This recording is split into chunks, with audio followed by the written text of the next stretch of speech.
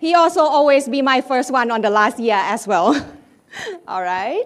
Yes, always ready and willing. Thank you for the great presentation. And where I would like to start with you guys is that I'm really happy to see that you have found a bold and very, very important problem to start to solve it. That's the carbon footprint, and everything around it is a hot topic all around the world. So I think you are on a good thing there. And also one of my favorite things is timing. Mm-hmm. It is not good to be early, and it's definitely not good to be late. And I think that with this one, you are right where you need to be. So that's really, really good. My first question to you is, it didn't come to me quite clearly from your presentation, but is the target on like consumer goods, or how do you define the area where you want to work with? So our target market is basically bring it, like, I'll say it in a layman's term. Whenever I am buying a shoe, I might look at it as how beautiful it is, how much it's expensive, will it be worth it or not. But then we never consider or decide based on its sustainability. So like, in fact, this PACT idea came to me just because of this shoe I brought, and that's the shoe I wore today. When I bought this shoe, it said 10.8 kg of carbon CO2 emitted while producing this. I thought, why does this shoe only say that? Why doesn't all the other products say that? So if all the other products could say that, I could consider that into my decision factor. So our PACT idea is to bring decision factor of carbon transparency into every consumer's daily activities and lives. Okay, good. Thank you. That was a good clarification. Then my next and last question, and then I give the room for somebody else as well, is a thing that I saw missing from your presentation was, I love numbers. I didn't see any calculations about how feasible this business is, but I suppose you've done that. Can you give me a little bit of an idea how the business what kind of investment would you need, and how would the business go from there? So we basically made all the costs that would incur because of all the things we made. And then we still found a bit of errors in that, so we didn't want to put that in slide and give some wrong information. So based on that, we found out that we might need to invest into researchers who could track the supply chain systems and make a proper calculation. And also, one major important thing is implementing a proper mathematical formula for calculating this carbon transparency is very important. And for that, I recently heard from one of my close relatives saying that there is this formula that is produced by the European government, and it's called, I think, CBAM or something. That's a formula that is helped to calculate the carbon transparency. So we might even need to talk to the governments, and there are lots of other costs that would come in. And first of all, we even thought of implementing blockchain systems, and again, those were very expensive, so we brought that down to centralized databases. So we thought of centralized database would be one of the costs, and hiring researchers to go into and talk to monitoring the supply chain will be another cost. And then, can you guys think about any other cost that's coming into your mind?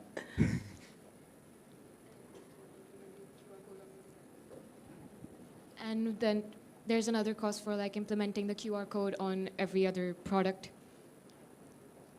Designing the app. Okay, thank you very much. That was a good clarification. Now, would anybody else want to ask any questions? All right, so Mr. Jason, please. Thanks for the presentation. I love the very good idea. So I'm a number guy, so I'll probably just follow up on Kimo's question is, what do you think about the break-even? Because you talked about investments. You probably need some, I think, technology also. What's your view that how long that takes for you to be break-even or make returns? If you want me, I'll be real honest. The thing was, when I was trying to calculate the break-even, with PACT, it almost took us around 2.5 years to 3 years to break even because of the high costs that would be forced because of the big amount of things we will have to do. So we had to think about how to cut down on costs, and we couldn't come up with proper ideas, but then it would take around 2.5 years to 3 years to break even. All right.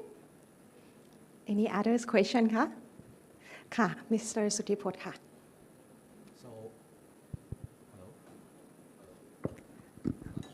Sorry about that, ka. No worries. Okay, so thank you very much. You try to cover so many areas within like short minutes, right? So thank you. You did well on that. I'm curious about the business feasibility. You mentioned like several models. You try to charge many people, all the stakeholders. What are the areas that you find are the low-hanging fruit that you could monetize the model that you're trying to do?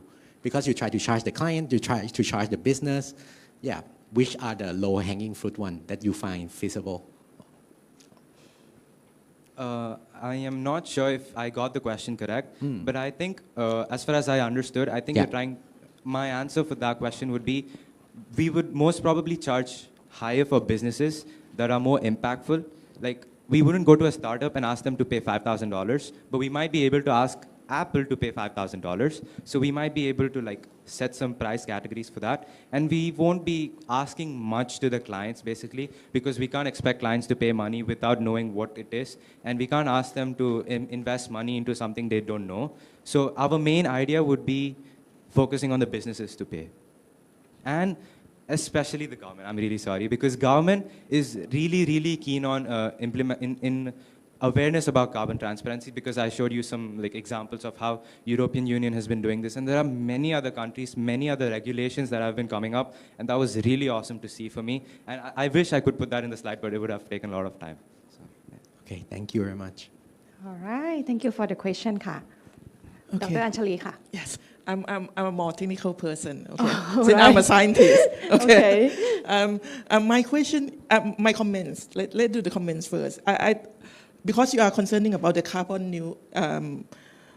carbon transparency. Okay, one of the most important data is the carbon value itself. Okay, which is really difficult to calculate and really expensive as well. And I'm not sure that have you been careful enough to calculate the capital cost of this. Okay, because CBAM is not the calculation software as well. Okay, CBAM is the regulation. Okay. I was not okay. sure about it. So I have to consider those more carefully because it's added the cost of it. Now my question is, for a country like Thailand, you were saying that the user should, you focus on the user that more eco-conscious. Do you think that work for a country like Thailand? Ooh. So what I think is like every government, like it's a global problem, which is carbon emission. So I think Thailand is also, considering on how to lower the carbon emission because of the pollution that's happening every single day.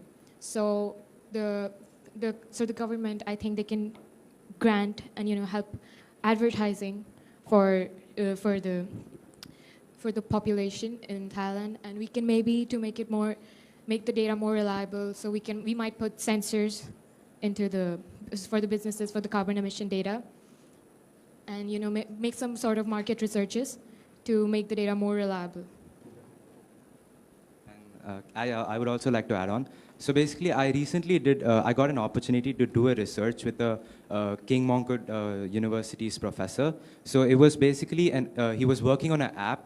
It was called My Happy Thai Neighborhood. So it was focused on bringing awareness about scams to Thai consumers. So based on that, when we conducted a research, we asked several Thai people with the help of the faculty that was studying in King Mongkut and with the professor. He was a great professor, I have to thank him. And we found out that Thai people are willing to learn more.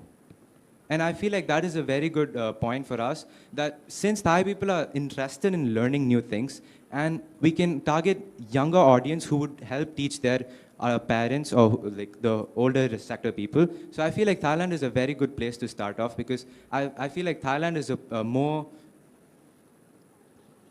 conscious, and they are willing to learn. That is a very important thing I noticed in the research, because when I compared it with Singapore, Malaysia, and several other Southeast Asian countries, Thailand was very importantly like a learning country.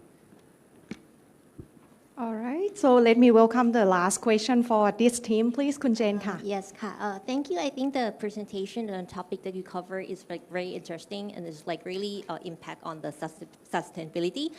However, you mentioned about that. Okay, you focus on the like consumer and also the corporate, and you will try to everybody to download the QR and application and then try to engage it. I just want to understand more that you did a survey and like 70 people never know about this data and how you're gonna have the engagement and like everybody will still continue using this as a long term and think about the sustainability and environmental.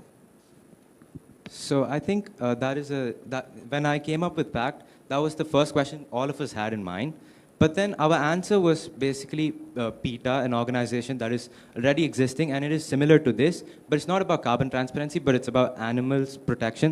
And they try to monitor all the manufacturing units and processes, making sure there's no animal cruelty over there. So I feel like if PETA has the ability to create a huge audience through social media and all that stuff, I feel like even PACT will have the ability to do it. So I think, yeah. Perfect timing ค่ะ PACT All right, time's up for this team. 20 minutes. You are very well done, and thank you so much for your hard work. And you can wait at your table ค่ะ Thank you so much, please. Okay, thank you so much.